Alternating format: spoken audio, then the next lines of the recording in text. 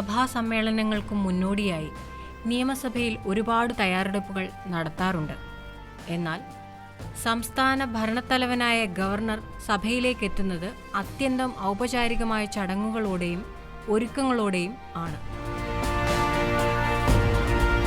ഓരോ വർഷത്തിന്റെ ആദ്യ സമ്മേളനത്തിൽ ഗവർണർ സഭയിലെത്തുകയും സംസ്ഥാന സർക്കാരിന്റെ നയം എന്താണെന്ന് വ്യക്തമാക്കുന്ന നയപ്രഖ്യാപന പ്രസംഗം നടത്തുകയും ചെയ്യുന്നു. ഒരു പൊതു തിരഞ്ഞെടുപ്പ് കഴിഞ്ഞ് രൂപീകൃതമാകുന്ന നിയമസഭയുടെ ആദ്യ സമ്മേളനം അംഗങ്ങളൊക്കെ സത്യപ്രതിജ്ഞ ചെയ്ത് കഴിഞ്ഞാൽ പിന്നെ അതിൻ്റെ ഔദ്യോഗികമായ നടപടിക്രമങ്ങൾ ആരംഭിക്കുന്നത് ഗവർണറുടെ അഡ്രസ്സോടുകൂടിയാണ്. It's my honour and privilege to address the august body of representatives of the people of Kerala, marking the beginning of the 8th session of the 15th Kerala Legislative Assembly.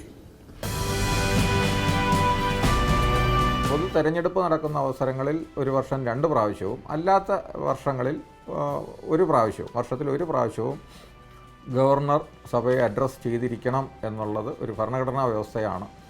അത് കൃത്യമായി പാലിച്ചു വരുന്നത്.